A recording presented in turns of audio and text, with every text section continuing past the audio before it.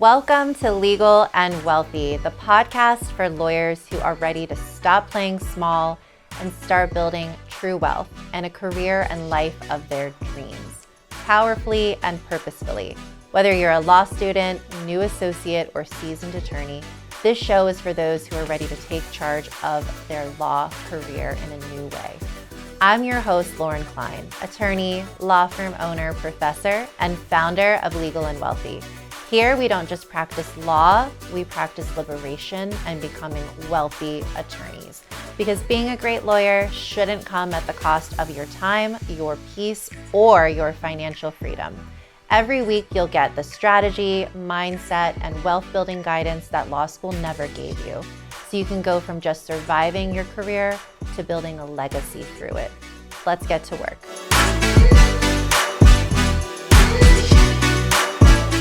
Welcome back to Legal and Wealthy. I am so thrilled to be sitting here today with my friend Berkeley Sweetapple. We are going to have, I already know it, such an incredible conversation. I personally can't wait to pick your brain about all the things that you've built, everything that you've accomplished, your journey. So happy to have you here and welcome to the show. Thank you for having me. I'm excited to be here. Me too. So let's dive in. I kind of want to hear the beginning of your law career. How did you decide to go to law school? How did you end up being a lawyer? And how did you become, one of the top IP attorneys? I'd love to hear your whole journey. So my dad was a lawyer. So growing up, I saw that he loved his career. He was excited to go to work every day. And he had a really great work-life balance. So he was always at our sporting events and, present on vacation, answering emails on his BlackBerry or whatever it was at the time. Remember those? The fax machine. But I always saw this as the example. And I'm like, wow, I would love to have that one day where I'm excited about doing what I'm doing, but also I know I want to have a family and all of that. So I majored in English in college and then went to law school right after. And while I was in law school, I was like, oh my gosh, I think I've made a really big mistake. I don't like it. I kind of felt like the Elwoods in Legally Blonde. I was at Boston College. Everyone was super serious. I'm like, wait. We should have been friends in law school. I feel like we would have really connected. Wait, hold on. Hold on. And I was dating the class salutatorian at the time, and so I just had this inferiority complex where I was this is not where I'm excelling. You really were Elwoods then. I really legit. And we had superlatives at the end of our 3L year, and I got voted most likely to quit the practice of law and become a housewife. And I was like, oh my God. I know. I was so salty about it. But then I was I can't believe they even did that's even a superlative in law school. Believe that? Them. But wow. But it just kind of reflected how interested I seemed in law school, which was accurate, I wasn't that interested in it. And I was sort of thinking of exit plans, even in law school. I'm like, okay, maybe I'll start a blog. Maybe I'll have a lifestyle company. And this was when blogging was not very big. There was Instagram, but there weren't really influencers. It was, there were a few influencers, but it was a very new thing as a career. Yeah. So I worked at my dad's firm doing litigation, and I also had a legal lifestyle blog on the side, which I did as a hobby, but also this is going to be my exit plan from the law. Is it still up? If someone wants to see it, can they still check it out? You're like, no. Absolutely not. So it was called Lady J, and it was a legal lifestyle blog. So what I would do is I would have a story about legalization of marijuana, and then I'd have a brownie recipe or election. Oh my God, I love this. And then patriotic cocktails. I love this. I wish I would have known this existed when it existed. I would have totally been a fan. I had a very niche audience of female lawyers. I love it. So I joined these like business coaching groups and masterminds to try to like monetize this blog because I Mm. hated litigation. I loved working with my dad and that was nice.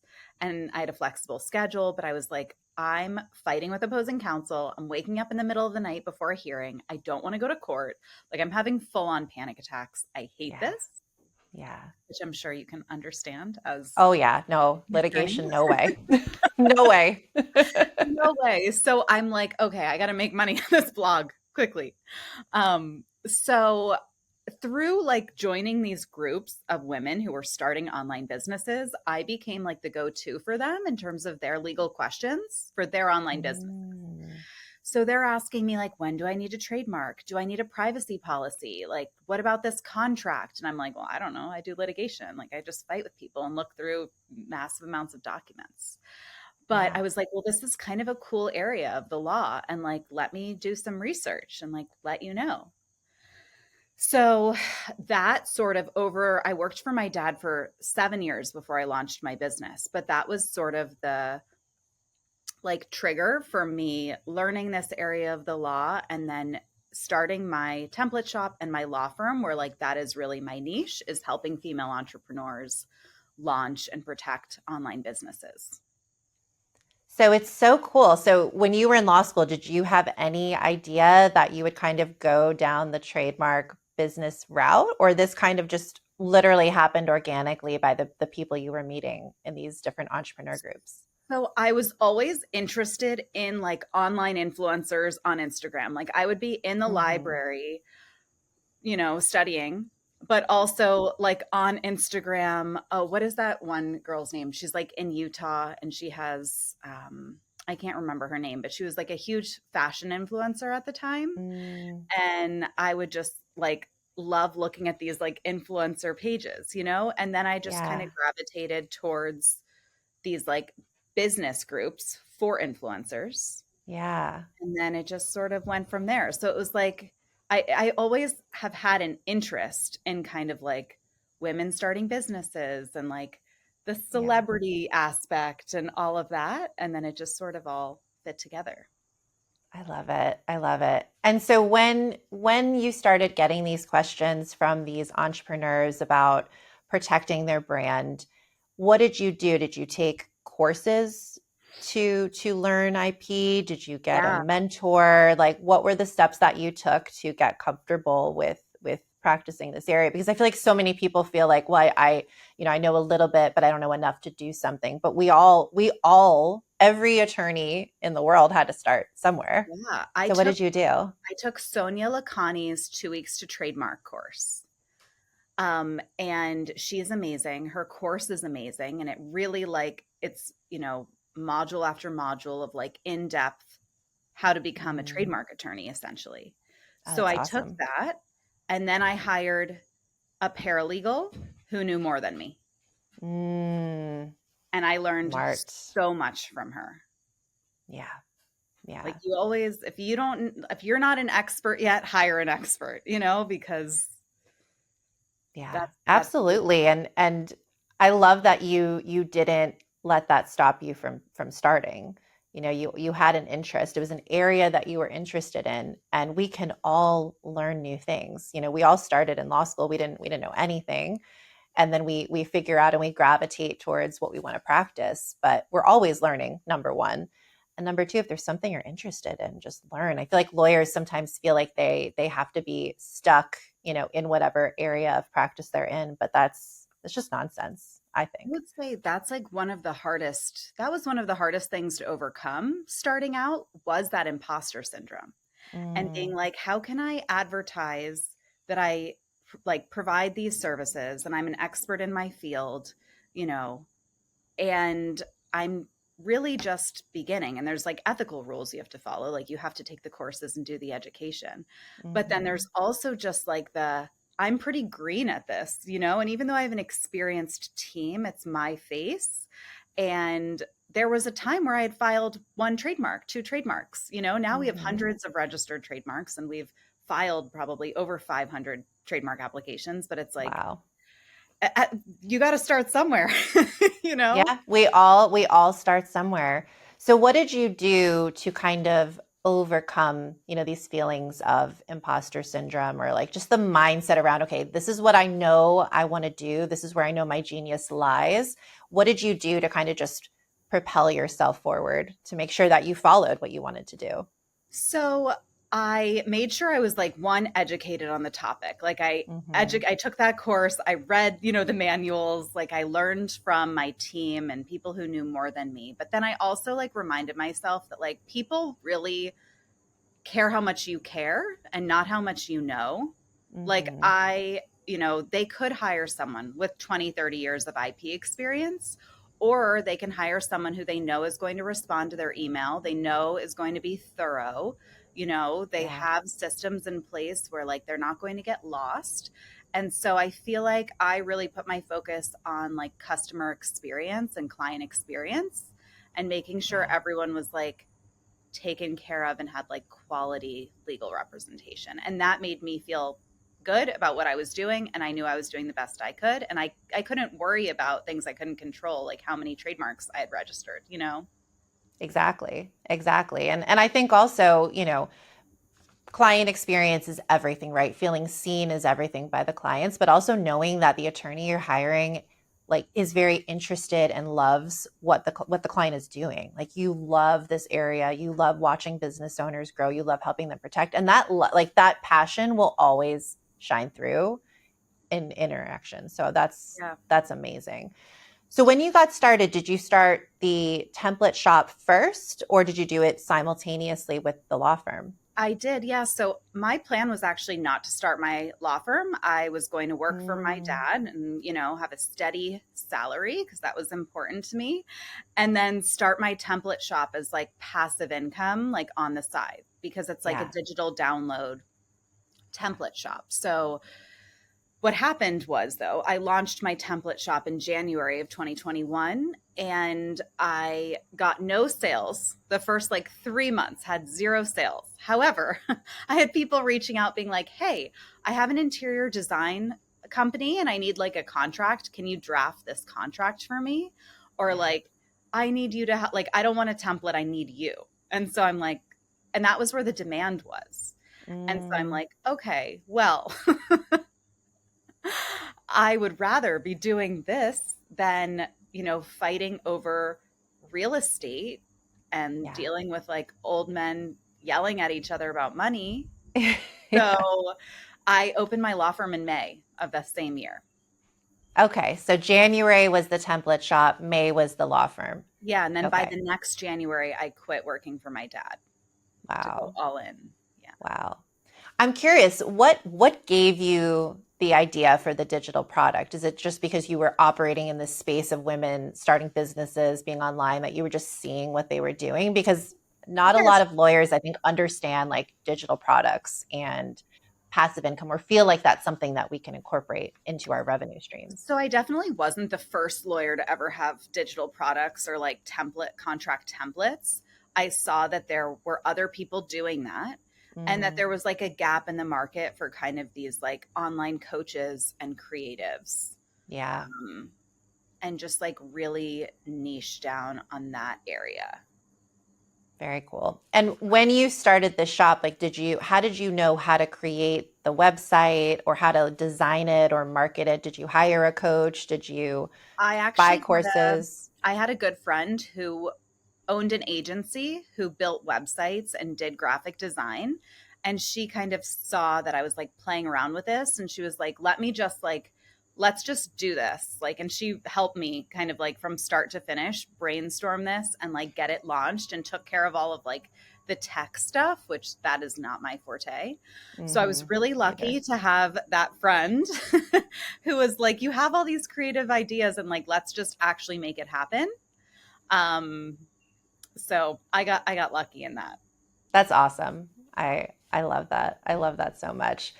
And are you comfortable kind of talking about numbers? I know you said like the first 3 months there was no sales in the with the contracts, the online digital contracts in the Yeah. contract shop.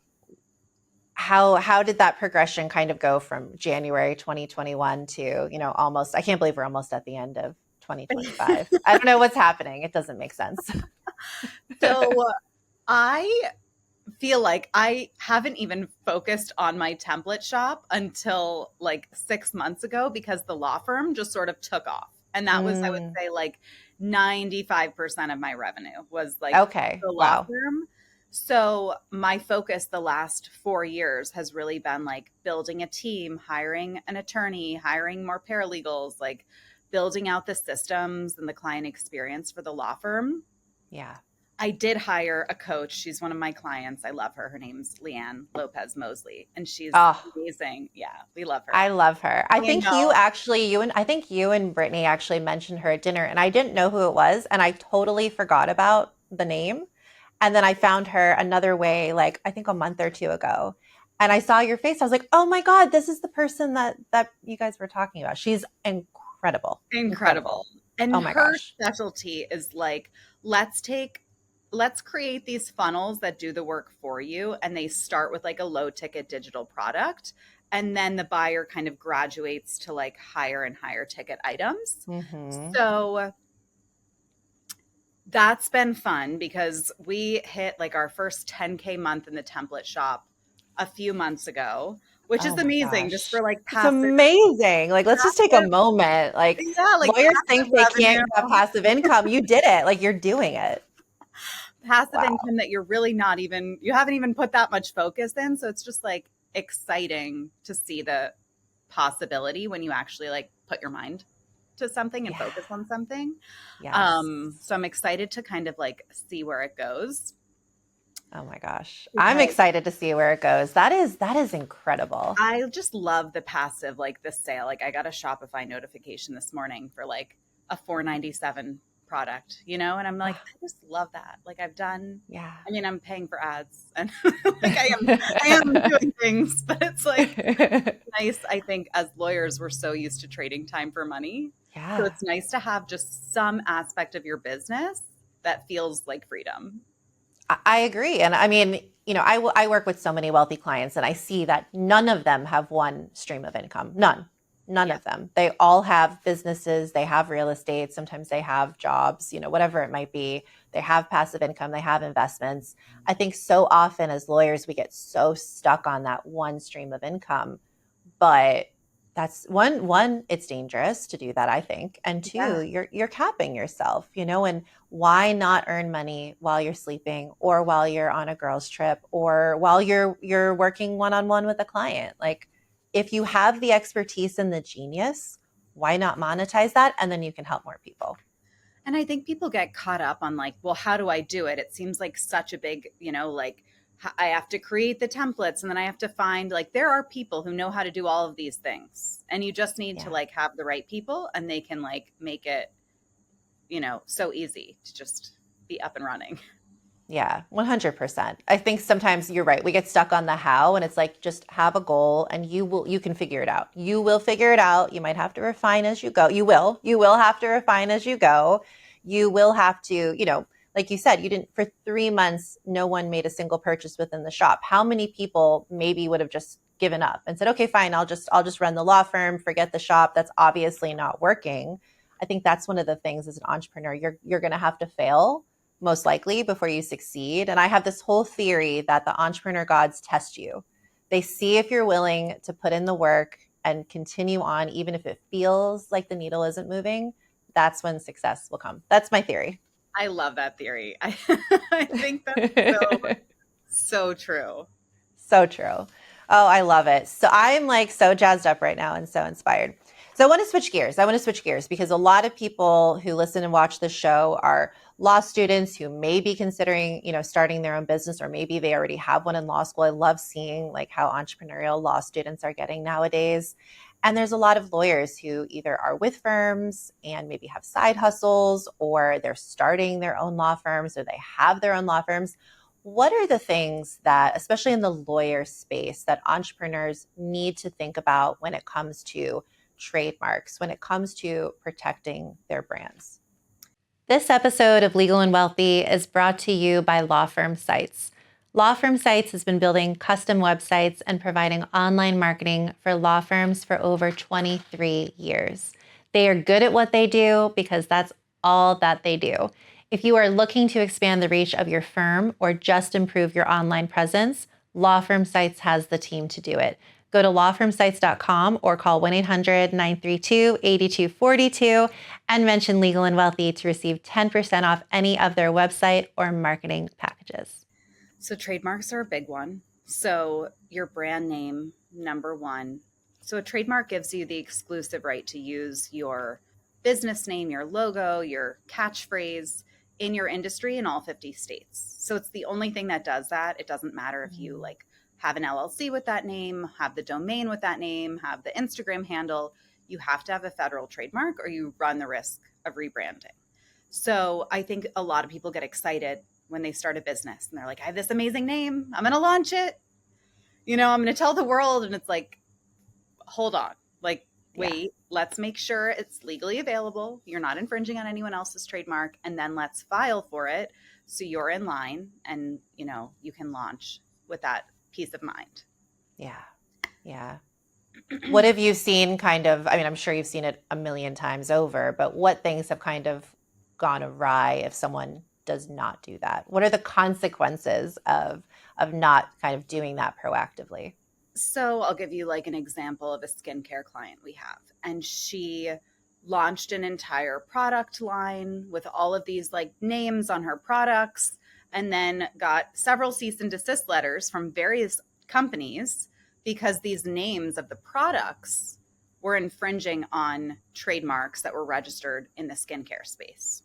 Ooh. So packaging is very expensive. So she has to repackage all of her things, take them down from her store, not sell the inventory that she has. So that's a physical product example. But even with in digital products or service-based businesses, your customers and your clients know you by a certain name, and it's really disruptive and a lot of times upsetting if you're going to have to change your name and you've become attached to it and people know you by it. So it's just really avoiding heartache and headache down the line. Yeah. Yeah, for sure. I think so many, even as lawyers, we don't necessarily, especially if we don't practice intellectual property and trademarks, we don't necessarily know the ramifications or how that all works. Yeah. I'm curious. So let's say, someone is in Florida and they have their law firm, they're only operating in Florida. Do they need to file, a trademark application? Does it matter? Let's say their name is their law firm name is their name. What do they need to do, if anything? So it depends. Do you have clients outside of Florida? Do you have an impact outside of Florida? You can trademark a full name. So I've trademarked Berkeley Sweetapple Law. Okay. So it doesn't have to be a your name. It doesn't, Flourish Law Group. It can be your own name. It can be your own name. If you have a name like Flourish Law Group or another kind of, random word name, you can trademark that for sure. You might have difficulty. You'll probably end up on the supplemental register if you try to trademark Smith Law, a last name combined with law firm, because you'd get a surname refusal. You can't, it's hard to trademark a last name, a common last name combined with the description of your services. What is a supplemental register? Supplemental register, you don't have it's one step down from the primary register, and you basically have to show acquired distinctiveness that you've used the name for 5 years. People know you by it to move on to the primary register. It's just it has less teeth, enforceability in terms of telling people to stop using the name. Okay. That makes a lot of sense.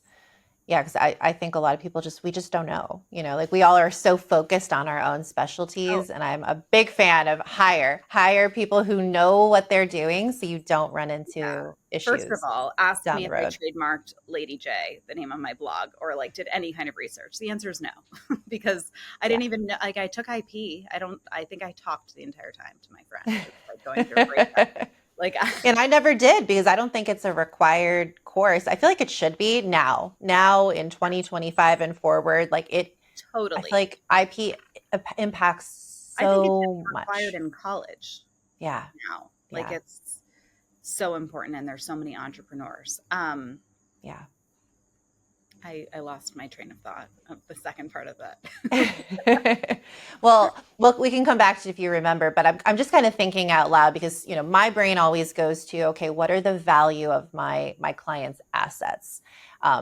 For many reasons, for estate tax purposes, for just pure estate planning purposes. So I know this because I always ask my clients, what businesses they have and what IP they have.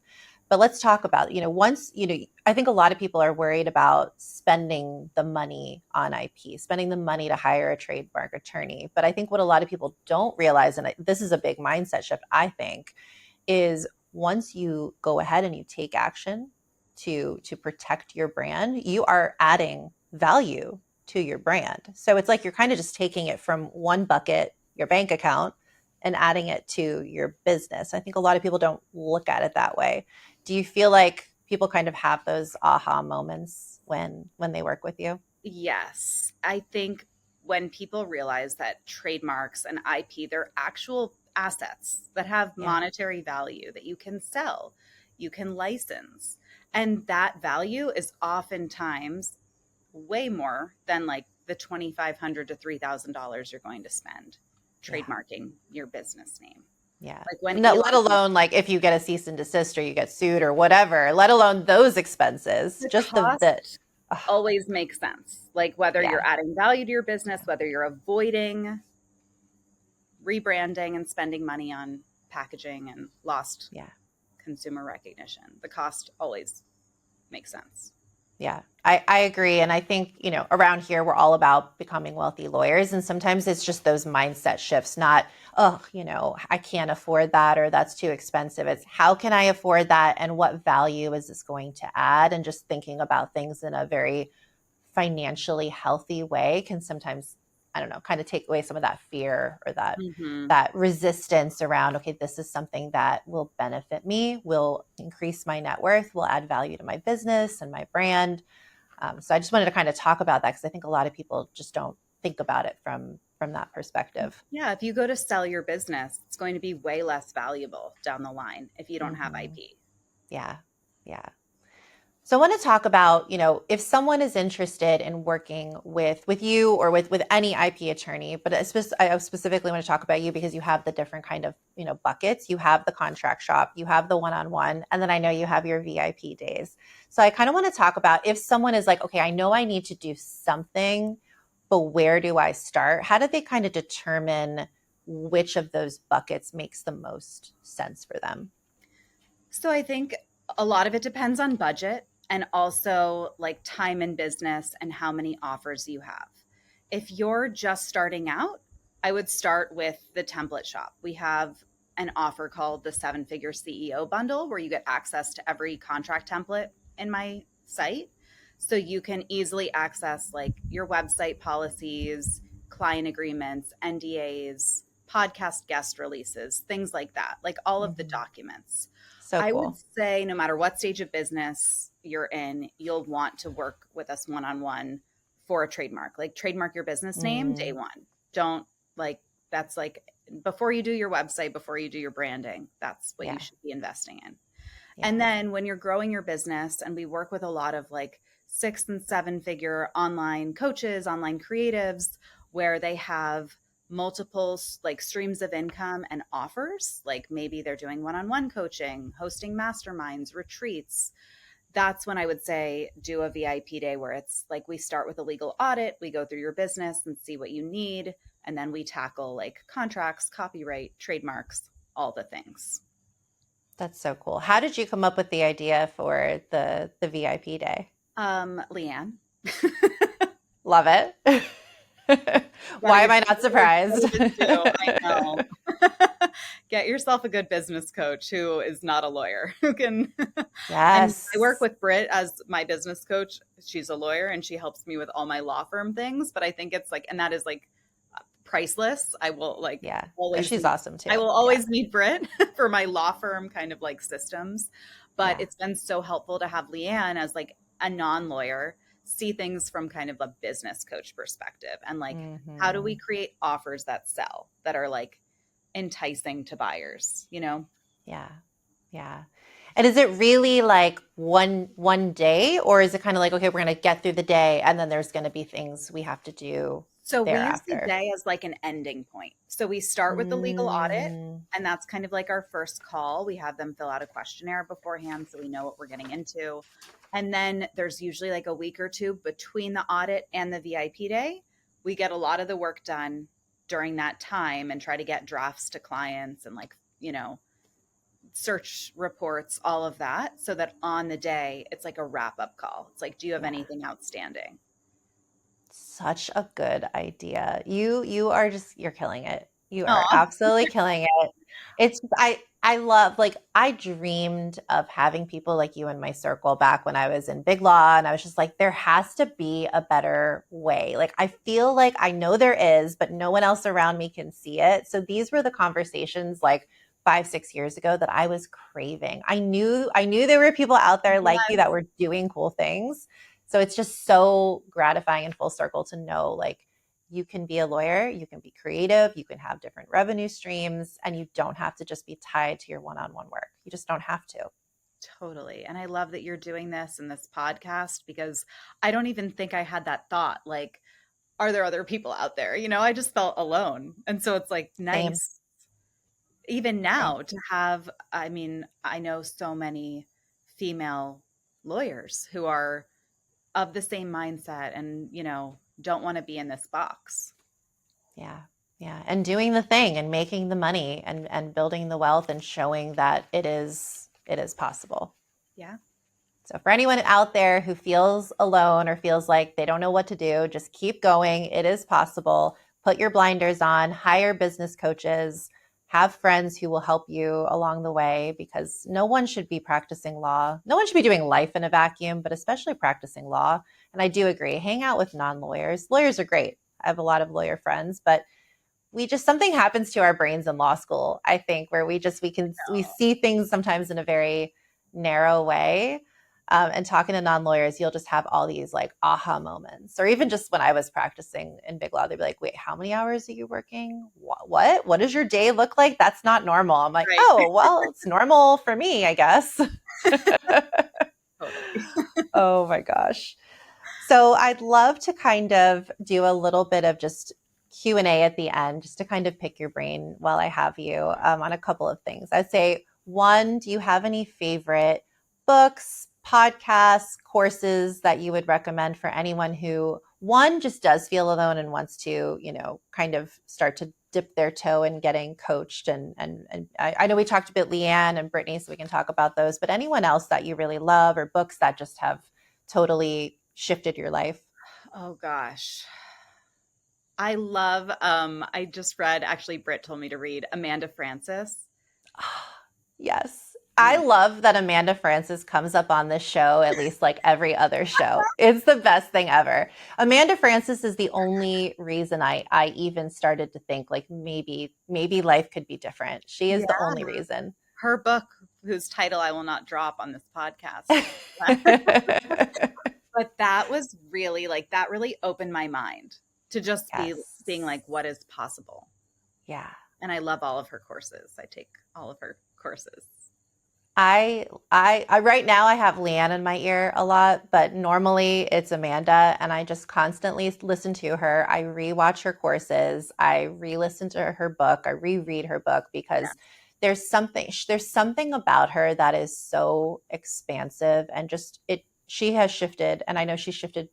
I tend to attract other people like Brittany, like you, like I had Barbara Shreehans on the podcast who we've listened to her, we've watched her and followed her, and it just like opens something in your brain where you're like, oh, this can be different. I can do anything I want. Yeah, Like, and I go F back the to rules. it all the time. Like I'll listen to her kind of like meditations or some of her modules where I'm like feeling stuck around something and I'm like, okay, this is just like a limiting belief and I just need to shift my mindset to get out of it. Yeah. I think that's what's so powerful about, following and being in rooms with people who are doing things differently. It starts to make you think differently. Like you become like that, like you become aware, like you have a thought and you're like, well, is this thought, written in the sky that I can't do this? Is this something that is an absolute truth? And usually the answer is, of course not. Let me just think Right. about how I can think about this differently, how I can approach this differently. And that is life altering. It Totally. really, It really really is is. just learning that skill of like self-awareness and shifting. Yeah. And knowing that your thoughts are not absolute truth, or your thoughts are not always, our thoughts are often lies because our brains are trying to protect us. I think once you learn that, and like you said, the awareness, it's so powerful because you realize we do have a lot of autonomy. We have autonomy over our lives, our careers, everything that we do. So yay. I love Amanda Francis. Yeah. Everyone should go read her book. It's so, I'm gonna so, reread so, it, I so good. think. I need to reread it too. And I was going to tell you guys this at dinner that we have coming up, but I was in Newport Beach running and listening to her running meditation. And I was like, wouldn't it be really cool if I ran by Amanda Francis right now? It didn't happen. She has a vacation home there. I'm like, but that would be a pretty badass I know. I was life going back moment. and forth with Britt. I'm like, should I join her mastermind? I'm like, Probably. am I spending 50K to join her mastermind right now? I love it. I love it. Okay, my other question before we wrap up is if you could go back to your 1L self and give that version of Berkeley some advice, what would you tell her? I would probably just tell her to like believe in herself. I feel like I just had such low confidence and low self esteem and just felt Same. like I didn't belong and like there was something wrong with me. And I wish I could go back and tell myself, like, no, you're exactly who you are supposed to be. And just because you don't fit here doesn't mean you don't fit somewhere else. And like you're not going to shine and excel somewhere else. Oh, it's so good. And it's so true. It's so true. It's like so often in life, the thing that makes us feel alone or different is actually our genius, but we just don't know it yet. I Yeah. love that. I You're love just, that. That I was wish I really could just good. say, like, you're just in the wrong room, Yeah. It's not you. Yeah. It's not you.